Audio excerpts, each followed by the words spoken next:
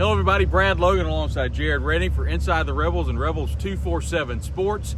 Jared, we're here in Hattiesburg and it is a Chamber of Commerce day today. It is a Chamber of Commerce day indeed, and it's only fitting that you have two proud Mississippi programs kind of going at it for the right to go to Omaha. No love lost between these two teams. They want to beat each other bad. Obviously, a lot of these players have played against each other in the past. There's some familiarity there. Mike Bianco and Scott Berry are familiar with each other, but at the same time, you got to put that aside because both of these teams are 2 wins away from Omaha. Right.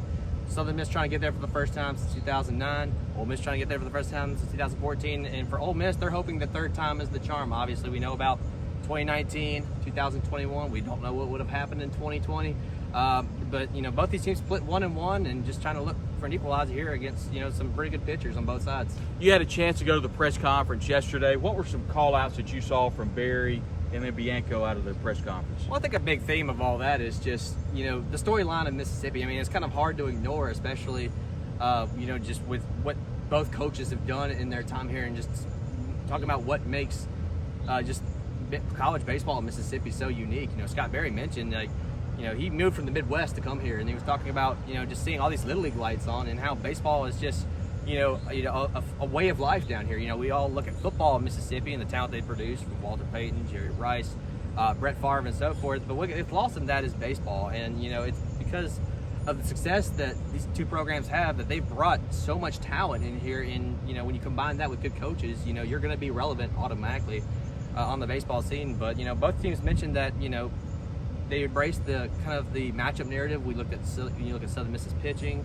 And just all the ridiculous numbers there.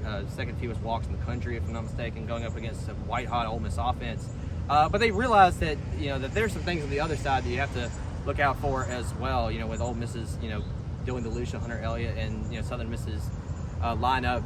With Christopher Sargent, who's about as been as successful as Tim Elko there. So those were some of the big storylines from yesterday. Basically today, first game here on Saturday afternoon.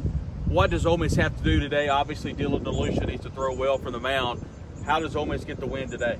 I think you just have to go right after Hurston Waldrop. It's the one who's going to start for Southern Miss today. I believe Tanner Hall, if I'm not mistaken, is going to start tomorrow. I think you just can't be timid. I think a lot of the the elite pitchers that Ole Miss hit, Mike Clement, made that a point. Is to just don't back down from them and just be aggressive, go at it. Better to swing than just to have nothing at all. Right.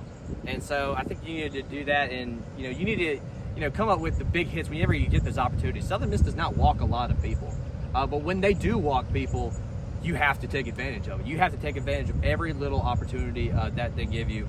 And for Dylan DeLucia, I think it just comes down to just he talks about some of his most not successful outings recently, just kind of overthrowing it and just letting emotions kind of get away from him. And I think you have to contain that.